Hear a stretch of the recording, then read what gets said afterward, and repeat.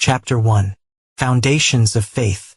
Thomas Morrison's heavy boots echoed through St.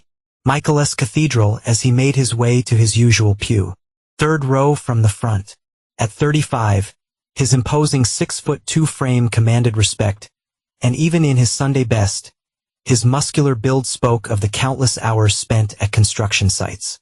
"Morning, Thomas," Shannon Parker, the church secretary, called out as she arranged the hymn books. "You early today." "Always am, Shannon." His deep voice carried a note of pride. "My grandfather helped to build this place. Being late would be disrespecting his memory." He ran his calloused hand along the wooden pew, feeling the grain his grandfather had carefully selected decades ago. The morning light filtered through the stained glass windows, illuminating the empty space beside him where Adriana should have been. "Adriana's helping with the youth group again?" Shannon asked, her tone careful, measured. "Father Michael asked for her help with some event planning." Thomas's jaw tightened imperceptibly. "She'll be here before the service starts." Shannon hesitated, then spoke softly. "You know, Thomas, if you ever need to talk." "I appreciated Shannon, but everything's fine." His tone left no room for discussion. The cathedral doors opened, and Father James Sullivan entered, his weathered face breaking into a warm smile at the sight of Thomas. The elderly priest had been more than a spiritual guide since Thomas's father succumbed to cancer 5 years ago. "Thomas, my son." Father James approached his arthritis diff and gait slower than it used to be. "I was hoping to catch you early. How's the renovation project coming along?" "On schedule, Father. We'll have the new wing ready for Easter." Thomas stood, towering over the priest. "Morrison Building in restoration never misses a deadline. Just like your father." Father James clasped Thomas's shoulder. "He'd be proud of how you've carried on the family legacy." Their conversation was interrupted by the arrival of Father Michael Reynolds, the younger priest who joined their parish 2 years ago. At 32, he brought a different energy to the church, one that attracted younger parishioners, especially women. "Thomas." Father Michael's practice charm was on full display. "I just left Adriana in the conference room. She's been invaluable with the fundraiser planning." Thomas nodded currently. "She mentioned she'd be busy this morning. Your wife is quite an eye for design. The way she's transformed the community center. That's exactly what we needed to attract more young families." Before Thomas could respond, the side door opened and Adriana hurried in. At 33, she still turned heads with her grace and beauty. Though Thomas noticed the dark circles under her eyes, she tried to conceal with makeup. "Sorry I'm late," she whispered, sliding into the pubic item. Her designer dress seemed out of place for a Sunday service, and her perfume was stronger than usual. Thomas said nothing, but his hand gripped the hymnal tighter, knuckles widening. He'd seen the hotel receipt that morning tucked away in her purse when he was looking for car keys. The Grandpa's Hotel 2 towns over. He'd built a renovation 3 years ago. 15 stories of luxury. He'd never imagined his wife would have reason to visit. The congregation filled in around him as Father James began the service. Thomas observed how Peter Reynolds, Father Michael's younger brother and seminary student, slipped in through the back, taking a seat near Angela Martinez, a troubled teenager who'd been attending youth counseling sessions. Shannon Parker watched this interaction from her position near the altar, her own painful history with infidelity, making her particularly attuned to the undercurrents of deception. She saw how Peter's hand briefly touched Angela's shoulder, how the girl flinched despite her attempt to smile. Detective Laura Reeves recently returned to Cedar Grove, sat in the back row. She was not particularly religious, but the string of missing donation checks had brought her here. She observed the dynamics playing out before her with professional interest, noting how Father Michael's gaze lingered on Adriana during the sermon, how Thomas's shoulders tense each time the young priest spoke. "Let us pray for redemption," Father James intoned, unaware of the tensions brewing in his congregation. Thomas closed his eyes, but did not pray. Instead, he recalled the morning he first met Adriana 17 years ago at Cedar Grove High. She'd been new in town, lost and looking for the art room. He'd been a senior, already working part-time in construction, already building his future. He'd shown her the way, and somehow never stopped trying to show her the way since then. Those who seek forgiveness shall find it. Father James continued, but true redemption requires genuine repentance. Thomas opened his eyes, catching Father Michael staring at Adriana again. The young priest quickly looked away, but Thomas had seen enough. 12 years of marriage had taught him Adriana Estelle's. The way she twisted her wedding ring when she lied, how she overcompensated with expensive perfume when she felt guilty. The service proceeded with its usual rhythm, but Thomas felt the undercurrents of tension building. He noticed how Peter Reynolds kept glancing at Angela Martinez, how the girl's mother seemed oblivious to her daughter's distress. He saw Shannon Parker's concerned looks, Detective Reeves's calculating observation, and Father James's growing confusion at the subtle shifts in his parish's dynamics. After the service, Thomas watched as Adriana made excuses to stay behind, claiming more event planning needs. He drove home alone, his truck's engine growling in harmony with his mounting anger. In his workshop behind their house, he pulled out the hotel receipt again, studying the date. Last Tuesday, when Adriana had claimed to be at a design conference in the city, the phone rang. It was Shannon Parker. Thomas, her voice was hesitant. There's something you should know. The church's financial records. There are irregularities. Detective Reeves has been asking questions. What kind of irregularities? Missing checks, unauthorized withdrawals. And Thomas, they coincide with certain late-night planning meetings. Thomas's free hand curled into a fist. Who has access to the accounts? Father Michael, primarily. And recently he added Peter as an authorized signer. The pieces were falling into place, forming a picture Thomas had been refusing to see. The late nights, the changed passwords on Adriana's phone, the new clothes, and now missing church funds. Thank you, Shannon, he said, his voice deadly calm. I'll handle it. He hung up and sat at his workbench, surrounded by the tools of his trade. His grandfather had taught him that building required 3 things: proper tools, precise measurements, and patience. His father had added a 4th: the will to see things through no matter how difficult the job. Thomas picked up a framed photo of him and Adriana on their wedding day, studying it with cold detachment. The man in that photo had believed in love and trust in the sanctity of marriage. That man had been a fool. The sound of Adriana's car pulling into the driveway broke his contemplation. He replaced the frame and waited, listening to her heels, clicking on the pavement, growing closer to his workshop. The door opened, and there she stood, still in her designer dress, still wearing too much perfume. Thomas, her voice wavered. We need to talk. He turned slowly, fixing her with a stare that made her take a step back. Yes, he agreed, his voice devoid of emotion. We do. Chapter 2: Cracks in the Foundation. The renovation of St.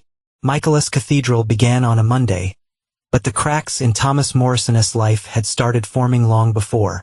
As he supervised the construction crew, getting the old community center, his mind wandered to the conversation with Adriana in his workshop 2 weeks ago. It's not what you think, she said, clutching her designer purse like a shield. The hotel receipt, I can explain, then explain. His voice had been cold enough to make her shiver. I needed somewhere quiet to work on the design proposals. The house, it's too full distractions. The lie had hung between them like poison gas. Thomas had simply placed the church's financial record Shannon had given him on the workbench. Try again. Now, watching his crew tear down walls, Thomas felt a bitter satisfaction in destruction. He built his marriage on a foundation of trust, just as he built his reputation on quality work. Both foundations were crumbling. Mr. Morrison, one of his workers, called out. We found something behind the old drywall. You might want to see this. Thomas crossed the debris through and floor, his boots crushing plaster dust. Behind the demolished wall was a small cavity containing a metal box. Inside, he found collection envelopes, dozens of them, all marked for deposit but never processed. Called Detective Reeves, he ordered, pulling out his phone to photograph the evidence. And nobody touches anything else until she arrives. Laura Reeves arrived within 15 minutes, her Detective S badge catching the light from the construction lamps. She surveyed the scene with professional detachment. "This is quite a find, Mr. Morrison," she said, bagging the envelopes as evidence. "These matched the dates of our missing donations. Mind telling me why you were demolishing this particular wall?" "Structural necessity." Thomas crossed his arms. The architectural plans showed water damage. "Convenient." She studied him carefully. "Almost as convenient as you volunteering to oversee this renovation personally. My company's reputation is built on thoroughness, Detective. So I've heard she sealed the evidence bag. You know your wife's been spending a lot of time here during the planning phase. Any idea why she need to meet with Father Michael so frequently?" Thomas's jaw clenched. "You'd have to ask her." "I intend to." Detective Reeves tucked the evidence away, along with asking about certain hotel charges on the church credit card. After she left, Thomas found himself drawn to the church office where Shannon Parker was working late as usual. The widow looked up as he entered, her face etched with concern. "I heard about what your crew found," she said, closing the accounting ledger she'd been reviewing. "There's more, Thomas. Peter Reynolds has been counseling Angela Martinez privately against church policy. Her mother came to me worried about changes in Angela's behavior." Thomas leaned against the doorframe.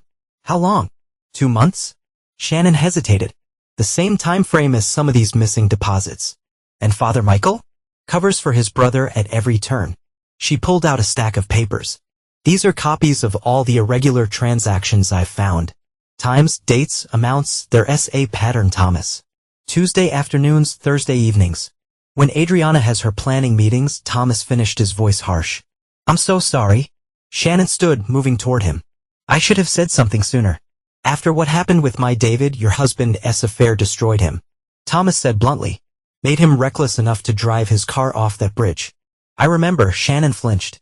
"That's why I see not stay silent now. I see the same patterns, the same secrets. But this is worse, Thomas. They were using the church, using people's faith." The office door opened and Father Michael entered, stopping short at the sight of them. The young priest recovered quickly, flashing his characteristic smile. "Thomas, Shannon, working late?" His tone was friendly, but his eyes darted to the papers on Shannon's desk. "Just reviewing the renovation budget." Thomas lied smoothly. "Shannon's been helping me reconcile the accounts. I guess. Adriana mentioned you were concerned about costs." Father Michael stepped closer. "She's been instrumental in fundraising, you know? Such a gift for persuasion." Thomas caught the slight emphasis on persuasion. Saw the flicker of something like triumph in the priest's eyes. His hands itched to wrap around the younger man's throat, but he simply nodded. "Speaking of Adriana," Father Michael continued. "She's in the new wing with Peter, discussing youth program decor. Would you like me to let or know you here?" "No need." Thomas straightened to his full height, enjoying how the priest had to look up at him. "I trust my wife." The light tasted like acid, but he saw uncertainty flash across Father Michael's face. "Good. Let him wonder." Later that night, Thomas sat in his truck outside the cathedral watching.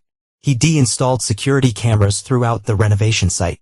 Standard practice for his company, he told Father James. Now he watched the feeds on his phone as Adriana emerged from the new wing, followed 10 minutes later by not one, but both Reynolds brothers. His phone buzzed with a text from Detective Reeves. Financial records show both brothers had previous complaints at other parishes, all quietly resolved by transfers. "Call me." Thomas did not call. Instead, he drove to the Grand Plaza Hotel, showed his contractor's ID, and asked about recent renovations. The maintenance manager was happy to help, pulling up records of work orders. Room 1555's had some issues, the manager said. Multiple noise complaints on Tuesday afternoons. But the guests always check out before we can investigate. Thomas recognized the corporate card number on the receipts. It matched the church's account. Driving home, he found Adriana waiting in the kitchen wearing one of her expensive new outfits. "Where have you been?" she asked. "I tried calling, working late." He studied her left hand, noting the absence of her wedding ring. "Like you," she touched her bare finger self-consciously.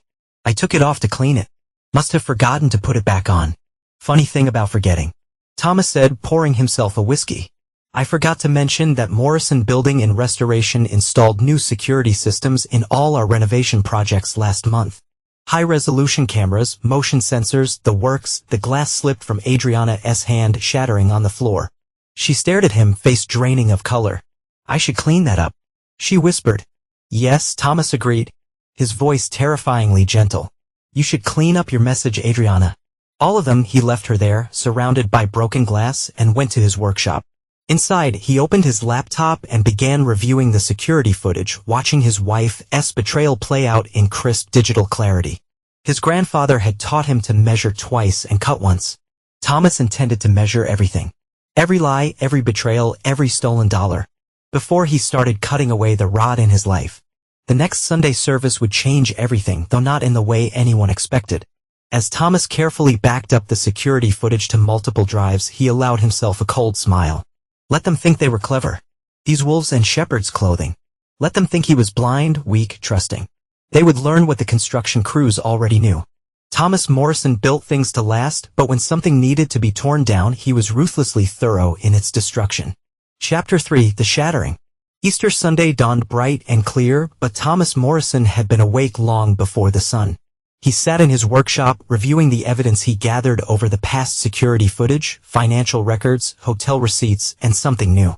A USB drive. Angela Martinez had slipped to Shannon Parker after yesterday's confession. The teenager's recorded statement was damning.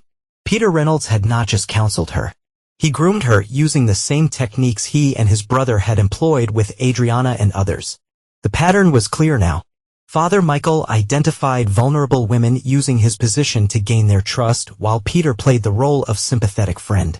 Together, they created emotional dependencies they could exploit. Thomas's phone buzzed with attacks from Detective Reeves. "Got the warrant, moving after the service. Keep your wife there." He deleted the message and went inside to dress for church. Adriana was already gone, claiming early morning preparation duties. He found another hotel receipt in her purse last night. This time for room 1505 at the Grand Plaza, dated just 2 days ago. The cathedral parking lot was full when he arrived. Easter brought out even the most infrequent churchgoers, filling every pew with witnesses to what would unfold. Thomas noted Peter Reynolds' car was missing, but Father Michael's sleek sedan was parked in its usual spot. Shannon Parker met him at the door, her face tense. "Angel's mother found photos on her phone," she whispered. "She's devastated. Detective Reeves is taking her statement now." Thomas nodded, proceeding to his usual pew.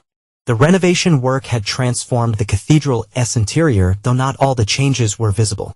Behind the restored walls, Thomas had installed more than just new wiring. He created an infrastructure of surveillance that would prove instrumental today.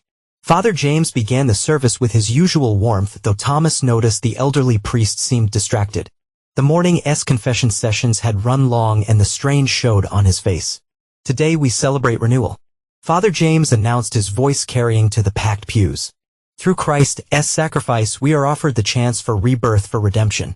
Thomas watched Father Michael during the sermon, noting how the younger priest kept glancing toward the side door where Adriana usually entered. She was late. Later than usual for even her preparation duties. Shannon Parker, manning the organ for the holiday service, played the hymns. Her attention divided between her duties and the growing tension she sensed. She alone noticed when Detective Reeves slipped into the back of the church, accompanied by 2 plainclothes officers. In times of trial, Father James continued, "We must remember that truth is God's light in the darkness. No sin can hide forever in his presence." The words had barely left his lips when the side door burst open. Adriana stumbled in, her designer dress wrinkled, her carefully applied makeup streaked with tears. The congregation turned as one to stare as she stumbled down the center aisle. "I see not," she choked out, her voice wrought with emotion. "I see not, keep lying. Father, forgive me." Thomas remained seated, his face an impassive mask as his wife felt her knees in the aisle. "Forgive me, Father," she cried out, louder now. "I've slept with your son." The silence that followed was absolute. Father James, confused and shocked, responded instinctively from the pulpit. "I do not have a son." Adriana's laugh was tinged with hysteria. "Not you. The other priest's son and his brother." The words echoed through the cathedral like thunder. Thomas finally stood, his movement drawing all eyes to him.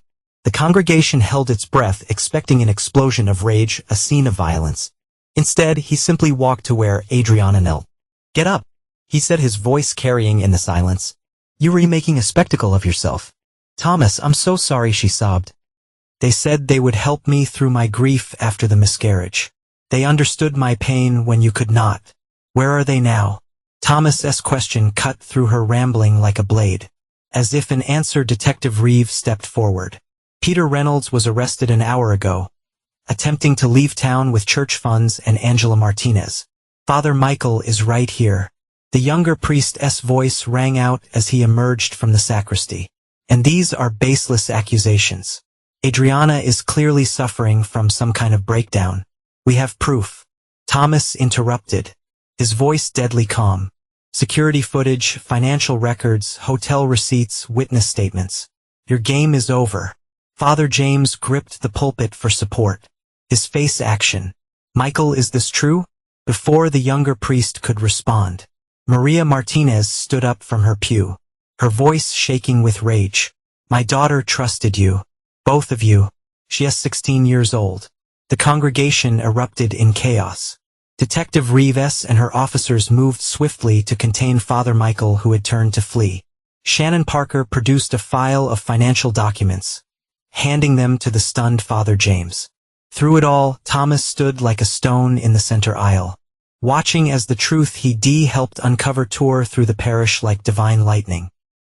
His wife remained on her knees, broken by the weight of her own confession. Thomas, she reached for his hand. Please, he stepped back, denying her touch. I've already called your sister Rachel. She is waiting to pick you up. Do not come home. As he turned to leave, Father James called out to him. Thomas, my son, what can we do to heal from this? Thomas paused at the door, looking back at the congregation. At Shannon's compassionate face, a Detective Reeves handcuffing Father Michael. At the weeping Martinez family, at his shattered wife. Some things cannot be healed, Father. He replied. Some foundations, once cracked, can only be torn down. Start fresh. Build again. That's what my grandfather taught me, and he built this place to begin with. He walked out of St. Michael's Cathedral into the Easter morning, leaving behind the ruins of his marriage and the faith he once held so dear. In his pocket, his phone contained copies of all the evidence that would ensure the Reynolds brothers face justice. But that would be another chapter in another story. For now, Act 1 of Thomas Morrison's life had ended in the only way it could, with truth cutting through lies like a builder saw through rodwood, revealing the corruption that had been hidden beneath the surface all along. Chapter 4: Aftermath. Cedar Grove buzzed with whispers in the days following the Easter Sunday confession. Thomas Morrison's workshop became his fortress. The space behind his house transformed into a command center for what would become his mission of vengeance. You cannot hide in here forever, Detective Laura Reeves said, standing in the workshop doorway 3 days after the incident. I need your official statement. Thomas looked up from his workbench where he laid out printed copies of bank statements Shannon had provided. I'm not hiding, Detective. I'm hunting. The department has jurisdiction over this investigation. Laura reminded, stepping inside. Do not do anything stupid, like letting them transfer to another parish. Thomas's voice carried a dangerous edge, like your department did with their previous victims. Laura's face tightened. Those records were sealed. Not anymore. Thomas pushed a folder across the workbench. 3 parishes in 5 years. Always the same pattern: vulnerable women, missing funds, hush transfers. Your bureaucracy failed them. I would not, Thomas. My wife emptied our savings account yesterday. He cut her off. $30,000 transferred to an offshore account. Peter Reynolds convinced her they started new life together. His laugh was devoid of humor. She actually believed him.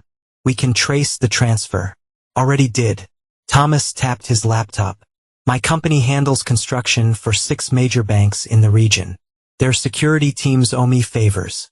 The money went through 3 shells before disappearing in the cannons. A knock at the workshop door interrupted them. Rachel, Adriana's sister, stood there looking uncomfortable. Thomas, we need to talk about Adriana. Laura nodded to Thomas. Remember what I said? Let the law handle this. After she left, Rachel entered hesitantly. The high school teacher's usual confidence was shaken. Adriana is not doing well. She is barely eating, barely sleeping. Not my problem anymore. Thomas replied coldly.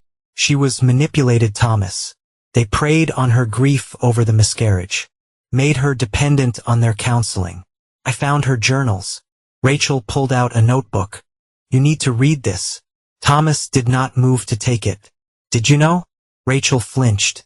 I suspected something was wrong. The late nights, the new clothes, the way she talked about their spiritual guidance. She swallowed hard. I should have said something. Yes, you should have. She's still my sister, Thomas. And she's not their only victim. Maria Martinez called me today about Angela. Thomas's head snapped up. What about Angela? S missing. Left a note saying she was going to meet Peter to start their real life together. Maria's frantic. Thomas stood his 6'2" frame, radiating dangerous energy. When this morning, Maria only called because she found your business card in Angela's room. Apparently you gave it to her last week. Get out. Thomas, please. Get out. After Rachel left, Thomas pulled out his phone and dialed a number. Rivera, I need everything you have on Peter Reynolds' movements since Sunday. And check the Grand Plaza Hotel, room 1505. He has a pattern. The next call was to Shannon Parker. Tell me about Angela Martinez's counseling sessions. Times, dates, locations. Everything. Shannon's voice was strained. Tuesday afternoons usually. But last week Peter changed the schedule. Started meeting her early mornings instead before school. In the new wing of the church with a renovation. She stopped. Thomas, the hidden room we found behind the false wall. The one with the safe where Father Michael kept the donation records, Thomas finished. The combination, I saw Peter using it last month, June 18, 24. Thomas ended the call and opened his laptop. The security cameras he de-installed throughout the renovation site were still active. Their feeds accessible through his private server. He clicked through them until he found what he wanted, footage from that morning showing Peter Reynolds leading Angela Martinez into the hidden room. A text from Detective Reeves lit up his phone.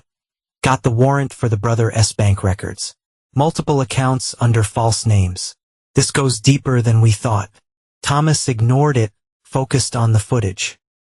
He watched as Peter emerged alone 20 minutes later, carrying a briefcase that had not been there before. The teenager never came out. His phone rang again. Maria Martinez. Mr. Morrison, the police would not help. They say she's probably just running away. That they ca not do anything for 24 hours. Please, you re the only one who believes me. Thomas stood, grabbing his truck keys. Mrs. Martinez, meet me at St. Michael's in 15 minutes and bring Angela's phone if you have it. The church parking lot was empty when he arrived. Save from Maria's minivan. The distraught mother ran to him as he stepped out of his truck. I found this in a room. She thrust the letter at him. Peter's handwriting, not hers. I know my daughter's writing. Thomas scanned the note, recognizing the same manipulative phrases he found in Adriana's journals. The phone, Maria handed him a pink-cased iPhone. The police said without proof of a crime. They wrong. Thomas led her to the church's side entrance, where his construction credentials still granted him access. Angela's not running away. Yes, bait. Maria's voice shook. I do not understand. Peter Reynolds has done this before. He takes a teenager across state lines, threatens to expose her to her family and community if she does not cooperate. Meanwhile, his brother pressures the parents to keep quiet, promising church assistance, and finding the runaway if they do not involve authorities. They reach the new wing. Thomas boots silent on the floors he de-installed himself. The hidden room's panel swung open easily. He de-built it, after all, though the Reynolds brothers never knew that. The safe stood open, empty except for a single envelope. Inside, Thomas found a photo of Angela, bound and terrified, along with a burner phone number. Maria stifled a scream. Thomas handed her his phone. Call Detective Reeves. Tell her exactly what we found. I'm going after your daughter. The police said. I'm not the police. Thomas' voice was ice. I'm a contractor who knows exactly how many abandoned construction sites exist within a 3-hour radius. Sites owned by shell companies matching the ones your daughter's captors used to hide their stolen church funds. He turned to leave, then stopped. Mrs. Martinez, when Detective Reeves arrives, give her this. He handed her a USB drive. Everything I've gathered on the Reynolds brothers. Times, dates, accounts, victims. Everything they thought they'd hidden behind drywall and doctrine. You've been planning this? Since the moment I found that first hotel receipt in my wife's purse. Thomas checked his weapon, legally registered for job site security. They thought they could hide their sins behind my family's legacy. Behind the walls my grandfather built. His smile was terrifying. They forgot who built those walls in the first place. Chapter 5, The Descent. Thomas Morrison's transformation from respected builder to ruthless hunter began with a phone call. Marcus Rivera, the private investigator he'd hired, had traced Peter Reynolds' burner phone to an industrial park 30 miles outside Cedar Grove. It's one of your company's abandoned sites, Rivera reported. The old Maxwell development project that went bust last year. Security cameras show a black SUV matching Reynolds' rental entering the complex 4 hours ago. No signs of exit. Send me the coordinates. Thomas ordered, already moving. His truck's engine roared to life as he pulled out of St. Michael's parking lot, leaving Maria Martinez to deal with the arriving police. Shannon Parker's voice crackled through his Bluetooth. Thomas, Detective Reeves is furious. She's threatening to charge you with interference in an active investigation. Let her. Thomas shifted gears aggressively. What did you find in the financial records? Father Michael cleared out the church accounts this morning. Over $200,000 in missing donations. All transferred to numbered accounts. But here's the interesting part. He used the same bank your company contracts with for construction loans. Thomas's grip tightened on the steering wheel. Give me access. Thomas, that would be illegal. They were using my family's legacy to fund their corruption. He cut her off. My grandfather built that church. My father maintained it. Now they've turned it into their hunting ground. His voice dropped dangerously. Access. Now Shannon's side. Check your email. And Thomas, the security footage from the hidden room. Angela was not their first victim. I found evidence of at least 3 other girls in the past year alone. Thomas clicked the email link one-handed, scanning the bank record Shannon had acquired. The pattern was clear. Regular transfers disguised as construction costs. All flowing through account he now recognized. His phone buzzed with a text from Rachel. Adriana tried to kill herself. Pills. She's stable, but Thomas. The things she told the doctors about what they did to her. He ignored it, focusing on the road ahead. Adriana had made her choices. Right now Angela Martinez needed him more than his faithless wife. The industrial park loomed ahead. A maze of abandoned construction projects and half-finished buildings. Thomas killed his headlights, parking behind a rusted shipping container.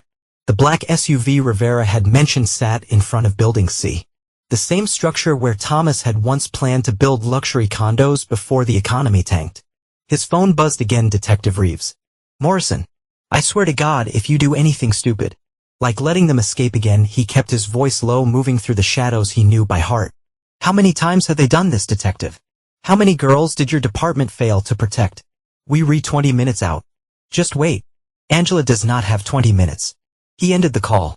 The building's security system was one heat installed himself. Thomas bypassed it easily, slipping inside through service entrance. Voices echoed from the second floor. Peter Reynolds, arrogant and smug. No one's coming for you, Angela. Your mother thinks you're a runaway. In a few days, my brother will convince her to keep quiet, just like all the others. My mom's not like the others. Angela's voice was shaky but defiant. She'll never stop looking like Thomas Morrison's wife. She thought she was special too. Now look at her. Just another desperate woman who fell for God's chosen ones. Thomas moved silently up the stairs. Years of construction work having taught him which steps would betray his presence. Peter's voice grew louder. Father Michael's arranging everything. By tomorrow we'll be in South America. Your mother will get a letter explaining how you've found your true calling and mission work. Very spiritual, very believable. Thomas reached the second floor. Through the doorway he saw Angela tied to a chair, Peter pacing around her with the same briefcase he'd taken from the church. You would not get away with this. Angela spat. Mr. Morrison knows. I saw him watching during our counseling sessions. He gave me his card. Told me to call if I ever felt unsafe. Peter laughed. Thomas Morrison is a fool. Too busy building his precious church to notice his own wife's betrayal. By the time he figures anything out, I already have Peter spun around. Thomas filled the doorway, his frame blocking the only exit. Morrison. Peter stepped back, reaching for something in his jacket. This is not what it looks like. Save it for your brother. Thomas advanced slowly. Though he might have trouble hearing your excuses from South America. Peter's eyes widened. How did you? Built this place, Reynolds. Built all the places you thought you could hide in. My family built the church you corrupted. Another step forward. I know exactly how many nails it takes to secure each beam. Exactly how much pressure each support wall can take. Stay back. Peter pulled out a gun. I'll shoot. With the same gun you used to threaten my wife. Thomas did not stop moving. The one registered to a false name at your last parish. His smile was terrifying. Check the chamber. Peter pulled the trigger. Click. Empty. Amazing what you can do with a master key to the hotel room where you keep your weapons. Thomas said conversationally. The same room where you took my wife and God knows how many others. Sirens wailed in the distance. Peter glanced at the window. Calculating? Go ahead. Thomas encouraged. It's only 2 stories. Probably will not kill you. Probably just break a few bones. Give you time to think about your choices while the doctors set them. You see, not prove anything, Peter blustered. It's your word against. Against the video evidence. The financial records. The testimony Shannon Parker has been gathering. Thomas reached Angela, starting to untie her bonds. Against the GPS data from the burner phone you thought was untraceable. The sirens grew closer. Peter broke, running for the window. Thomas did not stop him. The crash and scream that followed suggested Peter had forgotten about the construction debris position below. Or perhaps Thomas had moved it there earlier, knowing exactly how cornered rats typically react. Angela sobbed as Thomas freed her. I'm sorry, they said they'd hurt my mom if I did not. It's not your fault. He helped her up as Detective Reeves and her team stormed the building. None of this is your fault. Laura Reeves took in the scene, then looked out the window where Peter Reynolds lay groaning amidst a pile of strategically placed rebar. Did he jump or did he fall? Does it matter? Thomas turned to leave. Thomas? Laura's voice stopped him. We found Father Michael. He never made it to the airport. Someone tipped off Border Patrol about a priest carrying stolen church funds. Imagine that. This is not over, she warned. The diocese will try to bury it. They always do. Thomas paused in the doorway. No, detective. This time they'll face it. Because this time they not dealing with scared teenagers or vulnerable women. His voice hardened. They dealing with the man who built their house of God. And I know exactly where the bodies are buried. Sometimes literally. Chapter 6. Gathering Storm. The storm broke over Cedar Grove like divine retribution. Father Michael Reynolds sat in an interrogation room at the police station. His clerical collar removed.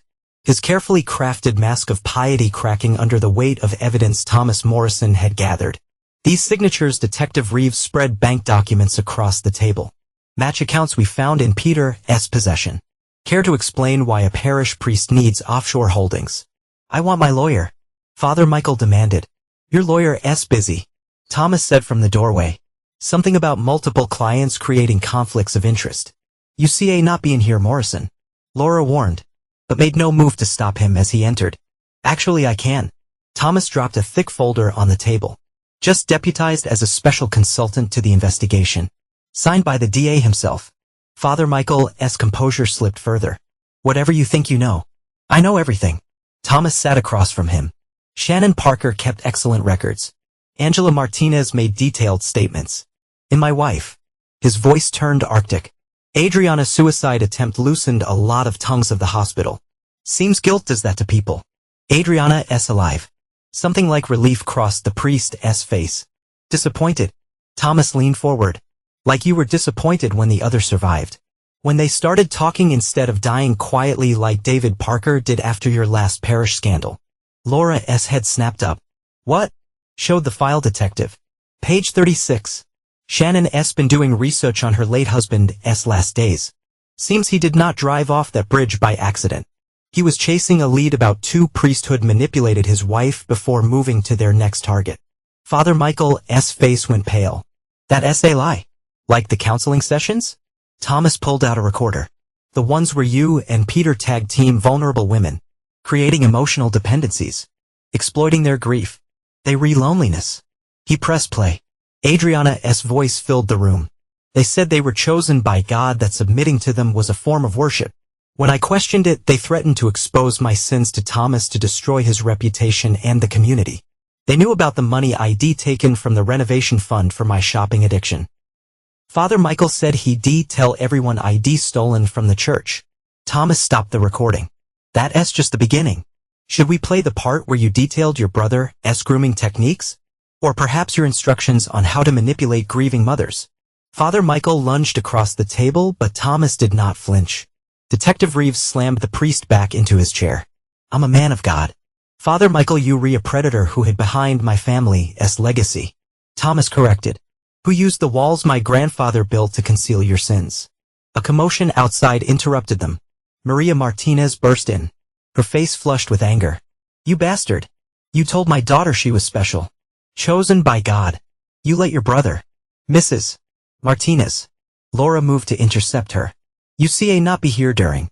Show him. Maria demanded. Show him what Angela tried to do after your counseling sessions. Thomas pulled out more photos. Angela's scarred arms. Her hospital records. Your brother's not the only one facing charges now, father. Turns out crossing state lines with minors is a federal offense. You have no proof. Wrong. Thomas laid out printed emails. Your brother kept records. Insurance, he called it. In case you ever tried to abandon him like you did at the last parish. He smiled coldly. Peter was always the weak link. Was not he? Sloppy. Impulsive. You were the planner. Father Michael's mask cracked completely. He was supposed to wake. The plan was perfect. Take the church funds. Disappeared before anyone realized. But he could not control himself with that Martinez girl. Actually, Thomas leaned back. Peter did exactly what I needed him to do. Angela was never in real danger at the construction site. My men were watching the entire time. Your men? Marcus Rivera's security team. Former military. They've been tracking you both since Easter Sunday. Thomas stood. The construction site, the empty gun, the convenient pile of rebar. I designed all of it. Like I designed all my projects. With precision, Laura stepped forward. Father Michael Reynolds, you're under arrest for conspiracy, fraud, sexual exploitation. You see not do this. The priest looked wildly at Thomas. The diocese will protect me. They always protect their own. Check your phone. Thomas suggested. If you can get a signal. Strange how the story's already breaking on national news. Anonymous source provided quite a paper trail to the media. Maria Martinez spat at the priest before police let her out. Thomas gathered his files. Then paused at the door. One more thing, he said conversationally. Remember that renovation project you approved last month? The one to reinforce the church's foundation. Father Michael stared at him uncomprehending. I found some interesting things buried in those walls. Things your predecessors tried to hide. Seems you were not the first predator to use my family as church's hunting ground. Thomas's voice hardened. But you'll definitely be the last. Outside the interrogation room, Laura confronted him. The construction site set up. The media leak. The federal involvement. You orchestrated all of it. Prove it. Damn it, Thomas. You see not take the law into your own hands. The law. Thomas laughed harshly. The law let them transfer 3 times when accusations surfaced. The law looked the other way when David Parker died chasing the truth. The law failed those girls. And what about Adriana? Thomas's face closed off. My wife made her choices. She was manipulated, Thomas. The doctors say the psychological abuse is no longer my concern. He turned to leave. Focus on the Reynolds brothers, detective. Build your case. Just know that if they somehow slip through the system again, he did not finish the threat. Laura called after him. This will not bring your marriage back. Thomas. No. He agreed without turning. But it will ensure they never destroy another family. Never corrupt another church. Never abuse another child. His voice carried down the hallway. Sometimes, detective, just as matters more than forgiveness. Shannon Parker waited by his truck. Her face grave. It's done then. Almost. Thomas handed her a file. Get these to the press. All of it. The financial records, the victim statements, the pattern of transfers and cover-ups. The diocese will try to bury it. Let them try. Thomas started his engine. By the way, David would be proud of you. For helping expose the truth he died trying to uncover. Shannon touched his arm. What will you do now? Finish what I started. Thomas pulled away from the curb. The storm is not over yet. And I mean to see it through to the end. In his rearview mirror, he watched Shannon Parker begin making calls, spreading the evidence he'd gathered like seeds before a hurricane. The truth would take root now, growing through the cracks in the foundation of power and privilege that had protected predators like the Reynolds brothers for too long. The rain began to fall as Thomas drove home, but he barely noticed. In his workshop, more files waited. More evidence. More weapons for the war he'd started. The Reynolds brothers were just the beginning. Their network of enablers and protectors would learn that Thomas Morrison built things to last, including his revenge. Let them come with their lawyers, their threats, their attempts to silence the truth. Thomas had constructed his case as carefully as he built his buildings, with the foundation strong enough to withstand any storm. And unlike the faith they corrupted, his need for justice would never waver. Chapter 7. The Trap. Thomas Morrison's workshop no longer resembled a craftsman's sanctuary. Blueprints covered the walls, surveillance photos lined the tables, and computer monitors displayed real-time feeds from cameras throughout Cedar Grove. Father Michael booked a flight to Argentina. Marcus Rivera reported his military bearing evident even in civilian clothes. Leaving tomorrow night? No, he's not. Thomas studied a layout of his abandoned construction site. Shannon, what did you find? Shannon Parker touched a monitor. The monastery appointment is real. The diocese arranged it 3 days ago. Standard procedure for troubled priests. Her lips twisted. They were trying to get him out before the press catches wind of Angela's testimony. They fail. Thomas pointed to building schematics because we going to trap them both tonight. Detective Laura Reeves leaned against the doorframe. I should arrest you for interfering with an investigation. But you were not. Thomas did not look up because you've seen how the system protects men like them. I got the warrant for the offshore accounts. Laura countered. We can build a legal case. Like the ones they buried at their last 3 parishes? Thomas turned to face her. How many girls have to suffer while we play by their rules? The detective fell silent. Thomas returned to the blueprints, his voice hard. Rivera is the site rigged. Cameras and mics in place. Motion sensors active. The ex-military man nodded. Audio feeding straight to my team's van. Backed up to secure servers. Mrs. Martinez. Thomas looked at Angela's mother. Maria Martinez, cluster phone. Angela's ready. She understands what to do. No one touches her. Thomas growled. That's the deal. She stays in the observation room with your security team. Rivera nodded. My men will protect her. Shannon stepped forward. Thomas, the bait for Father Michael. His me. Adriana's voice came from the workshop door. She stood there pale but determined. Her designer clothes replaced by simple jeans and a sweater. Thomas's face hardened. Get out. I have to do this. Adriana stepped inside. I want Angela. To all of them, you lost the right to be noble when you betrayed our marriage. This is not about us. Adriana's voice sharpened. Michael will know it's a trap if you contact him. But if I reach out, tell him I'm terrified of you finding the rest of the evidence. She's right. Laura interjected. He'll believe her vulnerability. His type always does. Thomas stared at his wife. His expression unyielding. Fine. Make the call. But understand this, after tonight we redone. No reconciliation. No forgiveness. Adriana nodded. Tears in her eyes. I know. I need to make this right. You see not. Thomas turned away. Rivera get her briefed on the script. As the others dispersed to their positions, Shannon lingered.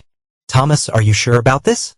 About trapping 2 predators who use my family's church as hunting grounds. His voice was ice. Who stole not just money but innocence. Who manipulated grieving women and vulnerable girls. About not letting your anger make you cross lines you can uncross. Thomas picked up his phone. The lines were crossed the moment they turned a house of God into their personal playground. He dialed. Peter? It's Morrison. We need to talk about the church renovation funds. Tonight the trap was set. Thomas watched the monitors as the pieces fell into place. Peter Reynolds arrived first, drawn by greed and a promise of hidden church accounts. Father Michael followed an hour later, responding to Adriana's tearful call about Thomas discovering their private recordings. They were both inside. Rivera reported through the commly. Motion sensors confirmed they're heading to the main room. Thomas nodded to Detective Reeves. Your people in position? SWAT team standing by. But Thomas, whatever you replanning, just be ready. He headed for the exit. And Laura? Make sure those body cameras are running. The diocese would not be able to bury this evidence. The construction site loomed ahead. Dark except for strategic lighting. Thomas had not stalled. He de-built this place. He knew its bones, its weaknesses, its secrets. Now its served a different purpose. Inside he heard voices echoing. Peter's nervous tenor. Father Michael's practice calm. And cutting through both. Adriana's carefully rehearses fear. He knows everything. She was saying. The accounts, the other women. Angela, calm down. Father Michael's soothed. Thomas Morrison is just a builder. He's not. He's here. Peter's voice rose in panic. Thomas stepped into the room. His frame filling the doorway. Welcome to your confession, gentlemen. Chapter 8. Justice served. The abandoned construction site transformed into an arena of justice as Thomas Morrison confronted the Reynolds brothers. Security cameras captured each moment. Evidence that would ensure no church bureaucracy could bury the truth this time. You're trespassing. Father Michael said smoothly. This is private property. My property? Thomas's voice cut like steel. My company. My cameras. My rules. Peter edged toward the exit. This is ridiculous. We do not have to. Angela Martinez. Thomas interrupted. 16 years old. You groomed her in counseling sessions.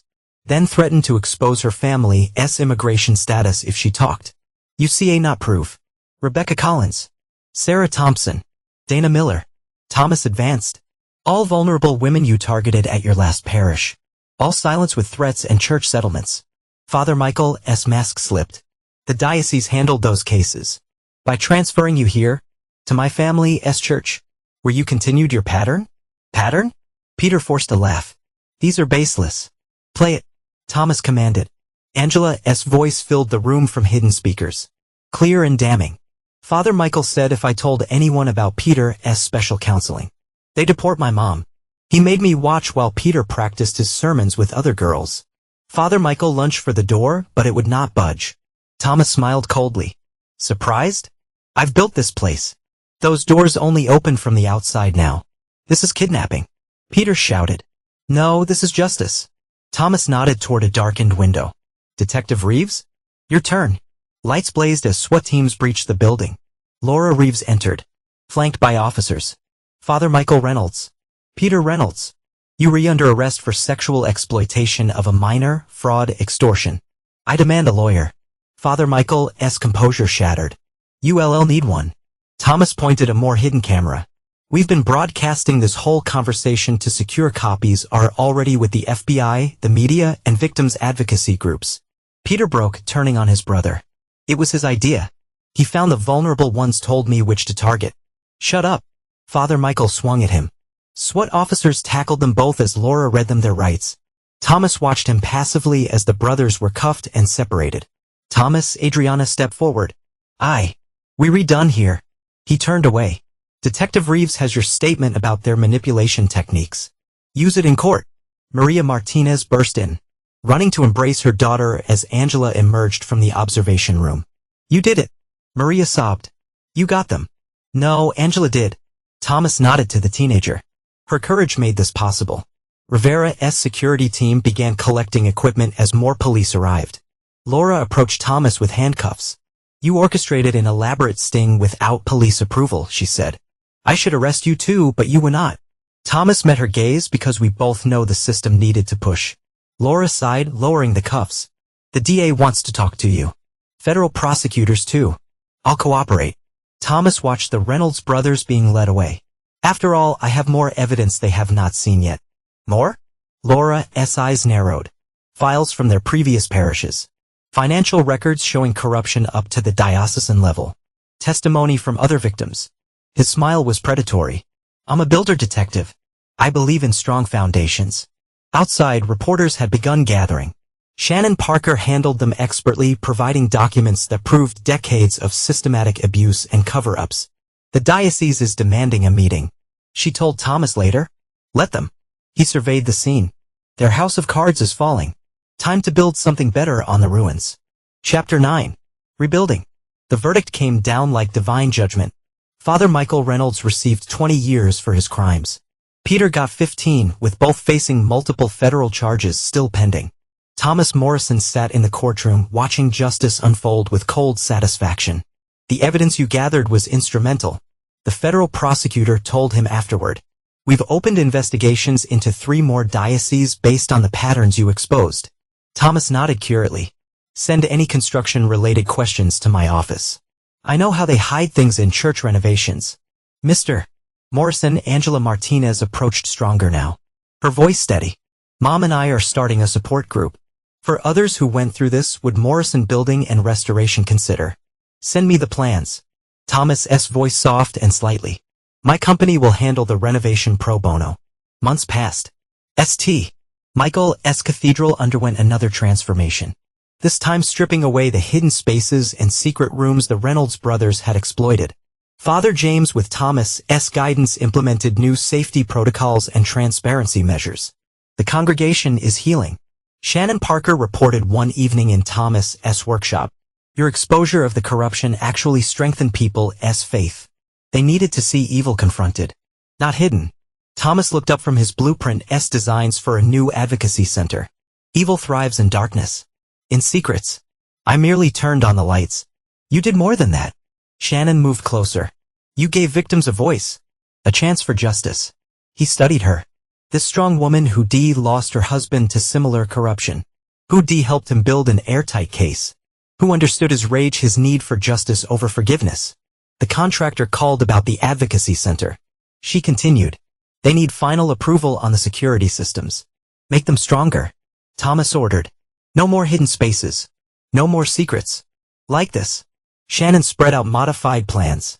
I added cameras here and here. Panic buttons in all counseling rooms. Direct lines to police dispatch. Thomas noted her detailed additions. Shannon had become more than an ally in his quest for justice. She'd become a partner who shared his commitment to protecting others from predators. Perfectly approved. Let us make it happen. Adriana's divorce papers arrived without fanfare. Thomas signed them without hesitation. His signature as firm as his resolve. She found her own path to healing, working with victim advocacy groups. But he felt nothing beyond distant acknowledgement of her recovery. You really never will forgive her? Laura Reeves asked during a case consultation. Some betrayals not be forgiven. Thomas replied. Only turned in a foundation for something stronger. The detective studied him. And what are you building now? Thomas? He showed her the advocacy center plans. A fortress. A place where predators like the Reynolds brothers can never hurt anyone again. With Shannon's help, Laura observed carefully. She understands. Thomas's voice held certainty. About justice. About consequences. About building things that last. The new center rose from ground consecrated not by priests but by purpose. Thomas supervised each detail, ensuring no weakness, no vulnerability, no chance for history to repeat itself. Angela Martinez spoke at the opening ceremony, her voice carrying across the gathered crowd. This place exists because one man refused to let evil hide behind sacred walls. Because he taught us that true faith is not about blind trust. It's about standing against corruption, about protecting the vulnerable. About building safe spaces where healing can happen. Thomas stood at the back, watching as Shannon coordinated with staff. As Maria Martinez welcomed other survivors' families. As Detective Reeves discussed security protocols with their officers. He built something here. Something stronger than the walls that had hidden the Reynolds brothers' crimes. Ready for the next project? Shannon asked, joining him. Always. Thomas looked at the woman who stood with him through the darkest days. Who shared his unwavering commitment to justice. I hear there's a church in the next county asking for renovation consultation. After your exposure of the Reynolds brothers, they all want Morrison Building and Restoration to check their foundations. Good. Thomas's smile held no warmth. Because I plan to check them all. No more secrets. No more hidden sins. They walked together toward his truck, leaving behind a building that stood as testament to one man's ruthless pursuit of justice. Thomas Morrison had lost his marriage, his faith and religious authority, his trust and easy forgiveness. But he built something stronger from those losses. A legacy of protection, of exposure, of truth brought into light. The Sunday confession had shattered his world. But from those fragments, he constructed a different kind of sanctuary. One built not on blind faith or easy absolution, but on the unyielding foundation of justice served and evil exposed. Let others pray for forgiveness. Thomas Morrison would keep building. Strong walls to protect the vulnerable. Clear windows to let in light. And solid foundations that could withstand any storm. With Shannon beside him, sharing his vision and his values. He'd ensure no predator ever again found shelter in shadows he constructed. The story of Cedar Grove's darkest scandal became a blueprint for change, proving that even the most sacred spaces must be watched, protected, and sometimes torn down to their foundations before true healing can begin. Thomas drove away from the center, Shannon beside him, both of them already planning their next project. The hunt for hidden corruption would continue. The work of justice was never finished, but Thomas Morrison had built his life around seeing things through. And unlike the faith that had failed him, this new purpose would never waver. Epilogue.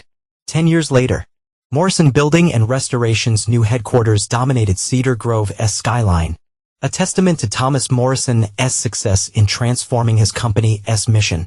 The 10-story building housed not just construction offices, but the largest faith-based abuse prevention network in the country. Thomas stood at his office window reviewing the latest report from his investigative team. At 45, his frame remained imposing. Those strands of gray now streaked his temples. Marriage to Shannon had softened none of his edges. If anything, their shared mission had honed his determination to hunt predators who used religion as cover. The Seattle investigation is complete, Shannon announced, entering his office with a thick file. After their marriage 8 years ago, she'd taken charge of the company's investigative division. Her own tragic past with David making her particularly effective at spotting patterns of abuse. Results? Thomas did not turn from the window. 3 priests, 2 youth ministers, and a bishop who covered it all up. Shannon laid out photographs and financial records. Same pattern as the Reynolds brothers. Targeting vulnerable women, exploiting grief counseling, hidden accounts, status of the victims? Safe. Angela's outreach team is already working with them. Shannon's voice held pride. The Martinez women had become powerful allies in their mission, with Angela heading to Victim Support Division despite her youth.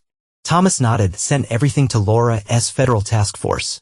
Laura Reeves had leveraged the Reynolds case in creating a specialized FBI unit focused on religious institutional abuse. Her promotion to lead investigator had come directly from her work with Morrison Building and Restoration. Already done? Shannon checked her tablet. Maria Martinez is flying out tomorrow to help establish a new support group. The pattern recognition software you developed flagged 3 more potential cases in Oregon. Thomas finally turned, studying his wife. At 60, Shannon's face showed the years of their work, but her eyes remained sharp, focused. Their marriage was a partnership forged and shared purpose rather than traditional romance. Exactly how they both preferred it. The Reynolds brothers, he asked, though he already knew. Still in federal prison. Peter attempted suicide last month, failed of course. Father Michael continues writing appeals, claiming religious persecution. Shannon's smile was cold. The evidence we gathered holds firm. A knock interrupted them. Rachel Chun, formerly Rachel Martinez, stood in the doorway.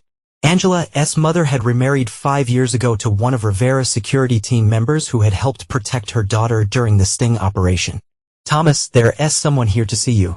Rachel's expression suggested she was not happy about the visitor. Oh, Adriana. Thomas's face hardened. His ex-wife had kept her distance since the divorce, focusing on her work with a different victims advocacy group on the West Coast. Their paths crossed occasionally at conferences, but they maintained professional distance. Send her in. Adriana entered, elegant as ever but changed. Therapy and time had rebuilt her strength, though she carried the weight of her past choices visibly. She ran her own support network now, helping other women recognize manipulation tactics used by religious predators. Thomas, Shannon, she nodded to them both. I'll be brief. My organization is tracking a new pattern emerging in megachurches. We need your resources, details, channels already taking notes, youth pastors using social media to target teenagers, private prayer groups that turn into grooming sessions, offshore accounts masked as mission trip funding. Adriana laid out documents. Sound familiar? The Reynolds blueprint, Thomas observed. They inspired copycats who learned from their mistakes. Adriana agreed. They were better at hiding, better at covering their tracks. But the basic pattern remains the same. Thomas studied the files. How many victims confirmed? 23. Suspected? Over 100. Adriana met his gaze steadily. These predators learned from what happened here in Cedar Grove. They studied how the Reynolds brothers got caught. Then they learned new lessons. Thomas pressed his intercom. Give me Rivera and Angela. We have work to do. Marcus Rivera arrived within minutes, still carrying himself despite retirement from active security work. He married a survivor from one of their cases, now running the company's protection division for witnesses and victims. Angela Martinez followed, her 20s having transformed her from a traumatized teenager into a fierce advocate. Her testimony in the Reynolds case had inspired hundreds of other victims to come forward, and her support programs were now national models. New case. Angela began setting up the digital display. Their 10 years of working together had created an efficient team. Multiple targets, Shannon explained, sharing Adriana's files. They reusing updated versions of the Reynolds methods. The same foundations, Thomas added, just with fresh paint. They spent hours dissecting the evidence. Thomas watched his teamwork, Shannon's analytical precision, Rivera's tactical expertise, Angela's insight into victim psychology. Even Adriana's harder and understanding of predator methodology. Each brought skills forged into crucible of the Reynolds case. Father James had passed away 5 years ago, but his legacy lived on in the Reformed St. Michael's Cathedral. The church had become a model for institutional transparency, with Thomas's security systems and Angela's safety protocols now standard features in renovated churches nationwide. Father Michael's last appeal was denied yesterday. Laura Reeves announced, joining them via video call. He'll die in prison. Peter's already agreed to testify about other predator networks in exchange for protective custody. The Reynolds case broke the dam. Adriana observed made other victims believe justice was possible. Thomas stood at the head of the conference table. 10 years ago, they thought they could hide behind sacred walls. Behind my family's legacy, his voice heart, they learned otherwise. These new predators will learn the same lesson. The team moved into action, each knowing their role. Shannon began correlating financial data. Rivera activated his security networks. Angela reached out to her support group coordinators. Laura mobilized her federal task force. Adriana lingered after the others left. You never forgave me, she said quietly. Now Thomas's voice held no anger now. Just but your work helps others avoid your mistakes. That matters more than forgiveness. She nodded, accepting this as she had years ago. Shannon's good for you. Good for the mission. She understands what we do. Why we do it. Build and destroy, Adriana mused. Tear down corruption to build safety in its place. Very Eudemus? He did not respond. Their conversation had ended 10 years ago in a construction site trap. Everything since was just professional courtesy. Later that night, Thomas and Shannon reviewed cold cases in their home office. They bought the old Parker house after David's widow became Mrs. Morrison, converting it into a combination living space and command center. Adriana's intel is solid. Shannon noted. These new predators are sophisticated, but they not hide their patterns. No one can. Thomas agreed. Not from people who know what to look for. They worked late as they often did. Their marriage was not about romance. It was about shared purpose, shared values, shared dedication to hunting monsters who hid behind religion. Shannon understood Thomas in ways Adriana never had, accepted his ruthless pursuit of justice because she shared it. The next morning brought reports from their nationwide network. Angela had identified 3 more potential victims. Rivera's team had surveillance on 2 youth pastors. Laura's task force was preparing warrants. Ready to build something?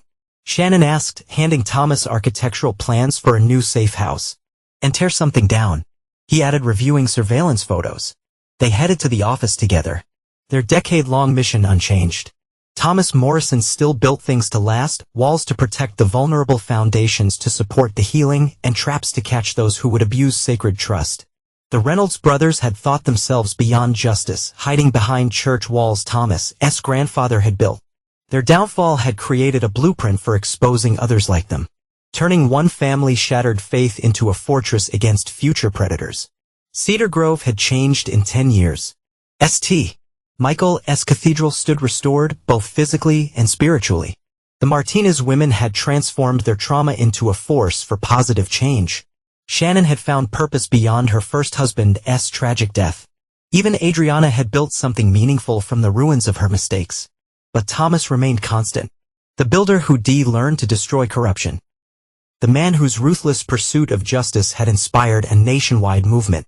His grandfather had built churches to worship in. Thomas built systems to protect them. Using the same uncompromising standards, the same attention to detail, the same determination to see things through. Let others pray for forgiveness. Thomas Morrison and his team would keep building, keep watching, keep hunting those who turned sacred spaces into hunting grounds. The Sunday Confession had ended his faith in easy redemption, but it had birthed something stronger, an unwavering dedication to justice that no amount of time could erode. In his office a day's end, Thomas reviewed messages from their network. 3 new cases identified. 2 predators arrested. 4 victims brought to safety. The work continued, the mission expanded, the team grew stronger. Shannon joined him with fresh files. Another church renovation request. They won our security systems, our protocols. They all do now. Thomas studied the blueprints. Since the Reynolds case showed them what happens when predators exploit sacred architecture. Your grandfather would be proud. Shannon observed. You were still building churches. Just differently. Thomas nodded slightly. His grandfather had built walls to enclose faith. Thomas built walls to protect it. To expose those who would corrupt it. To ensure no other family would see their spiritual legacy twisted into a predator's playground. The Sunday Confession had destroyed his faith in religious authority but had given him a different kind of mission. Let others seek absolution. Thomas Morrison would keep building his monuments to justice. One exposed predator at a time. The Reynolds brothers' crimes had shattered Cedar Grove's peace a decade ago. But from those fragments, Thomas had constructed something unprecedented. A nationwide network of survivors, investigators, and protectors all dedicated to ensuring no other community would suffer as his head. He lost a wife but gained a true partner. Lost his faith but found an unshakable purpose. The price had been high. But the results? Thomas studied the latest batch of case files. Each representing lives saved. Abuse prevented, justice served. The results would last generations. Just like his grandfather's church walls. But stronger. Because these were built not just with stone and mortar, but with unwavering dedication to protecting the vulnerable and exposing the corrupt. Ready for tomorrow? Shannon asked, knowing the answer. Thomas nodded, already focusing on their next target. The work was never done. The mission never complete. But he built his life around seeing things through. And this was his true legacy. Let others build churches. Thomas Morrison built justice. And like all his work, he built it to last. And there you have it.